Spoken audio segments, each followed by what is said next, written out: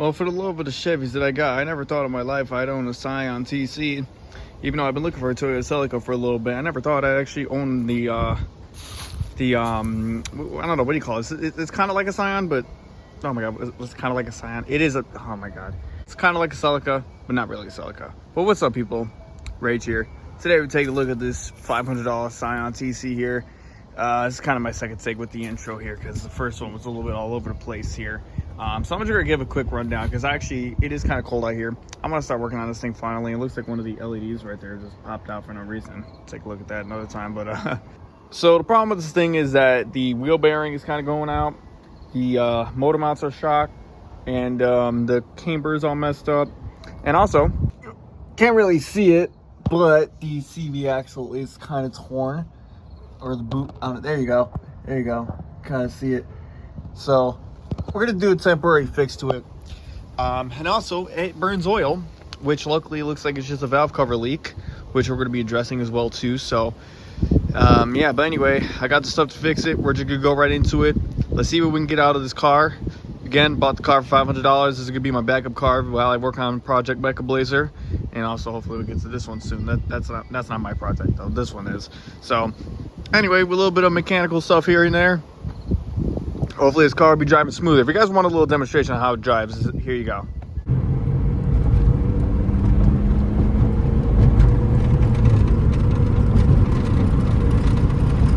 And as soon as I get off the gas, when I press the gas, I let go. Actually, one thing I noticed is the wheel turns a little. Whoa. It's probably the CV axle. Ow. It's kind of odd that it turns left because it seems like that side's going then when that's the side that needs to be replaced. Because the boot is torn. Which I have a kind of easy fix for it. Temporarily for now until I can actually get it properly fixed or replacement. So without any further ado, let's just get started.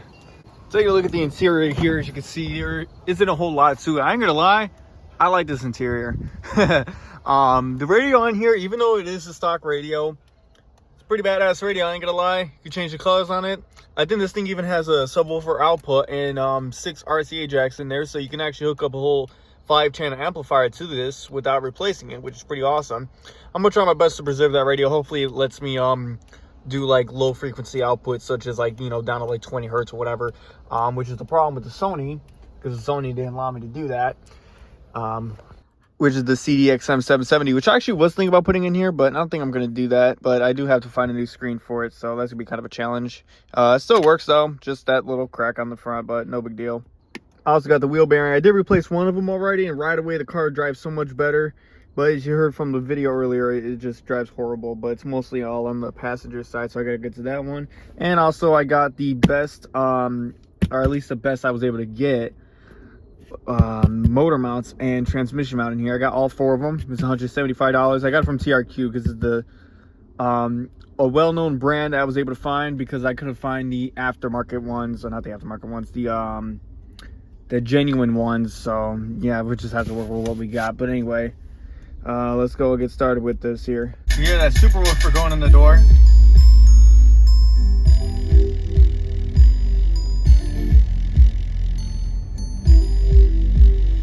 Well, I am so glad I bought the valve cover gasket. I also did mention, or I forgot to mention we were going to replace that. I don't know, whatever it is. All I know is that there's oil right here, and I don't think there's supposed to be oil right there. I already wiped it up a couple of times. As you can see, it just keeps coming back. So luckily I found out it was just a valve cover that's burning oil. No big deal. I'm going to just pop this off, replace a gasket. Also got some gasket sealants because there's one like we got to do right here, one in the back. Also has a TRD bar, which I don't know if it's aftermarket or if this is stock, but it's pretty cool. Also, this cleaned up pretty nicely, so luckily I didn't have to, you know, do anything major with it. I just cleaned it up with a rag and it looks brand new now. So we got 3 mounts on top and we got one underneath here. We got, well, technically 2, but there's one down there. There's one somewhere around here. I think it's underneath this intake right here. And then there's one right underneath the coolant one here. And also I think, oh, here we go. It's right there. I think we have to move the power steering thing right here, which I think I seen somebody do a video on it. They really were not happy with it, especially when they had to get to the 4th one. I honestly couldn't even tell you where it's at right here, but I'm dreading replacing it already. they had to disconnect the power steering line. I think it was one of them. Hopefully, I'm gonna try not to do that. I'm just trying to go around it, which I probably can, except for that metal bar, which I'm not sure what it goes to, but it goes somewhere. I think it's for the transmission line because it looks like it's right here, but we're gonna go ahead and take a look at it. We're gonna try to replace that. So anyway, let's go on with this here.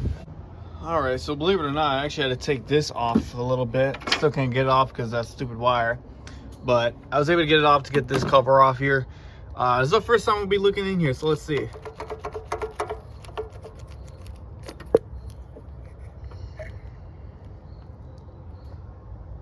All right, it's all good. We'll put that back in real quick. Second one looks okay. Third one looks okay. That one also looks okay. All right, so it looks like all we gotta do is just a gasket replacement to fix this here, and we should be all set. All right, so what's weird is some of the bolts seem like they were kind of loose, but luckily I got a torque wrench here, so I can go and tighten them to spec. But now that we got all of them off, should be able to lift this up no problem. Let's see, I think maybe like right here? No. Where can I lift it at? I don't know. Good spot. Yep, wait. There you go. All right, so I had to use both hands and kind of maneuver it around here. But, look at it, didn't drip any oil into here. Not too major, I just gotta clean all around here, but yeah, there's the timing chain. Here's the cams. Cams look pretty healthy. At least to me. Yeah, I've never actually seen what it looked like inside one of these, so this is definitely a first for me. But yeah, all I gotta do now is just clean all this off, replace the gasket here. Let's take a look at the gasket. Oh, look at that. Oh yeah, and I think that's the front of it. Yeah, that is the front of it. That's exactly where it was leaking at too. Okay, well, at least we found a leak, and we ain't got to do an engine rebuild anytime soon. So let's see, can we get these out? Probably not. Probably got to use multiple hands, so probably won't be able to hold the camera. Oh yeah, it's splitting. So, well, at least we found out what this issue is and get this taken care of, so that way we ain't got to worry about blowing up an engine or having to do an engine rebuild. So anyway, I'm gonna go get the gasket. I'll go get that put on, and then we'll move on to the other stuff on the car. Sorry, I'm not really filming it, but I was supposed to look through the camera, but it's actually hard for me to do, so that's why I drift off sometimes. So like, how much is Amazon worth? All right, so I got the whole top all cleaned off here. Don't forget these as well. And definitely don't forget to use this, because you have to put some sealant here, up there, and around the screw holes too, which I mean, I don't think you have to, but I've seen a little bit there, so I'm just going to use a little bit anyway, just because since especially this one's all full of oil, which I mean, again, probably not necessary, but I have plenty of it. This is definitely more than enough, so we're gonna go and do it and get this whole valve cover back on. All right, so I don't know what was over my torque wrench. So you're supposed to torque it to 10 foot-pounds. This thing only goes up to 15. But what's weird is, no matter how much pressure I put on it, it would not click.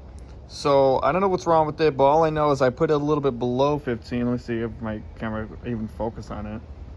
Either way, I put it up to like a little under 15, and I was able to get it to click. So I just tightened them up all until it clicked, which everything but one bolt took a little bit of a turn to click. I just snugged them up and used this to torque it a little bit down more, because I really did not want to strip any of the bolts on here, especially with the MechaBlazer. When I had to replace the exhaust, I actually broke one of the new bolts on it somehow, and I got lucky to get it out with a bolt extractor. So I'm like, I ain't taking no chances with this one, because this one's smaller. But anyway, I'm gonna put it all back together, and I think we'll probably move on to something else. Who knows? I will say, this is definitely one thing I like about this car. So if we come down here, the oil plug is right there, and the filter is right there. And I can tell the filter hasn't been replaced in a long time, because, well, you can't really see it, but it is all type of rusted up there. Good thing I bought a new one. All I gotta do now is just drain the fluid. I'm gonna show you guys what I got real quick here. So I went ahead and bumped it up to 5W30, and I got the Restore and Protect. This is actually recommended for these cars with the 2AZ-FE engines where they have the oil leak through the piston rings. So all you gotta do is just bump it up to 5W30, use a little bit of Restore and Protect here, which I'm pretty much using this whole thing. Well, not all 5 quarts because it takes 4 quarts, but we're gonna use this whole thing. And hopefully it should fix that issue as well, and hopefully we don't have to worry about burning oil on this car no more. I ain't gonna lie, the oil look kind of dark though. A good thing we're changing it. Looking inside, I really don't see nothing too major, but I could tell this is probably the original.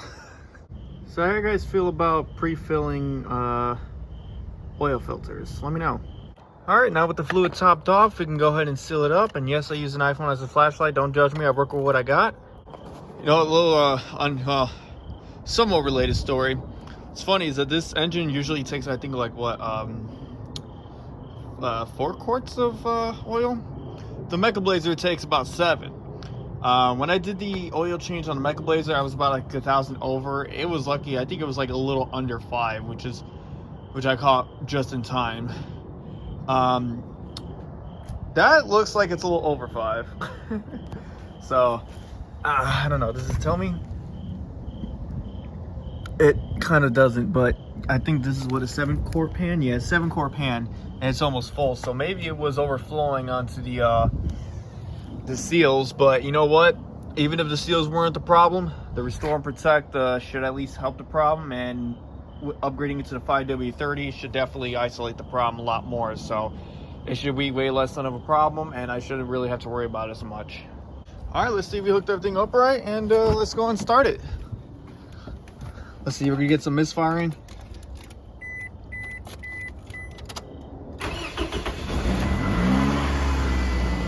Hey, I'm gonna shut it off real quick. I'm gonna do the oil reset. All right, so I'm here trying to reset the oil on here, and watch this. So I'm gonna turn the car on, and you can see how there's no animation right there. But watch this. We go turn it off. Let me see if I can do this one-handed here because I want you guys to see this. So you're supposed to hold the button down and then put the ignition on. So I hold the button, I put the ignition on, and then it says S on, which is supposed to be the countdown. However, turns out instead of changing the oil, it just does this.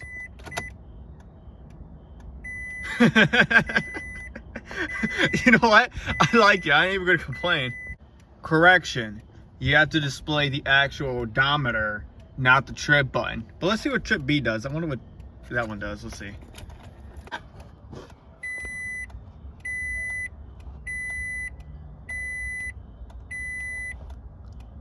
I don't think it does anything. Okay, that's hurt my finger. Ow. There we go.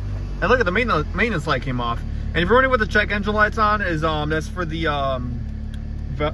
purge canister or charcoal canister, purge valve, whatever it is. But yeah, that's why the check engine light's on. Also, I went ahead and reset the trip A and B as well. What I like to do is when people usually get an oil change, they usually wait until the light comes on. You're not supposed to do that. For me, personally, I like to replace the oil every 3,000 miles. For this car, it's probably gonna be like 4,000, depending if it's still draining oil or not. But yeah, I like to be like safe than sorry, especially on the MechaBlazer, because oh my god, I let it go to 4,000 and that thing was almost, it was like half its capacity. So I was glad I changed that in time. But what I like to do is I actually use the trip odometer to save the last time I changed the oil change. So once this is 3,000, I change the oil. And then you can also let trip B do the same thing as well. It can just be for your what do you call it, the filter. But what I really like to do is instead of resetting the oil every single time, you just change the oil every 3,000 to 5,000 miles, however you prefer. And once your oil light comes on, that's when you replace the filter. Now, of course, if you just did the oil and let's say the next day the oil light came on, then no, you don't have to just go in, replace the filter and do an oil change again. You can actually just reset the oil until you hit 3,000 miles and then just, you know, change the filter. Then do the reset once you do that again, and that way it'll just, you know, reset everything back to whatever. So I would just say, when the oil light comes on, replace the filter. All right, let's go and check underneath real quick. Not seeing any leaks. Those little drips are actually from the oil change already.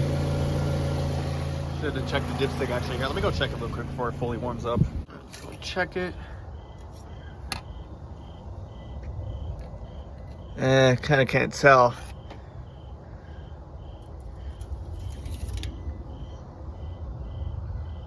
More than likely because it's already warmed up. But there is a little bit of oil on it. Actually, it looks like it's up to the line. So it looks like we're good there. Probably shouldn't do this while it's kind of warmed up already, but I got some brake clean here. Just gonna go and clean up right here just so we could be sure that there's no more oil leaks on here. Whew, gotta let it cool down. All right, looks like we're all good now. I think if I got time, I'm probably gonna go ahead and replace the bearing and then try to see if I can, I'm probably gonna do this another time, probably tomorrow. Because I do have to take this wheel off to get the, maybe I should probably do the top ones while we're here. Let's do the top ones to see if that improves. But, clean. All right, so I'm taking the car out for a little test drive right now. Honestly, I ain't gonna lie. It somehow, I don't know how, but I feel like it's driving a little better.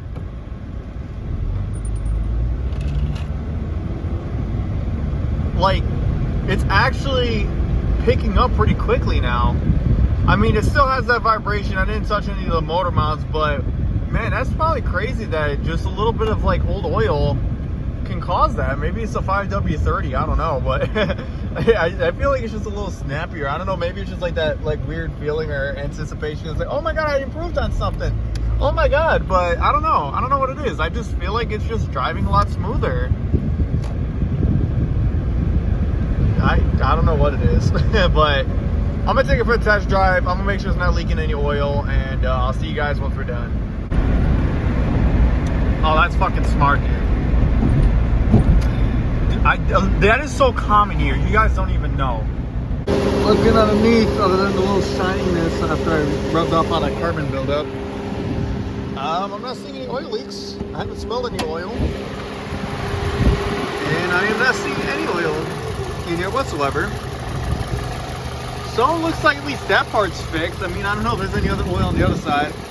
I just gotta keep constantly checking the oil whenever I can, make sure it's not getting lower. Maybe I'll do it next week, but I mean, so far I ain't seeing any oil dripping. I ain't seeing any oil on the catalytic converter shield. So hey, they say we got that fixed, so you know what, I'm gonna maybe make this a two-part. I'll probably edit this video tonight.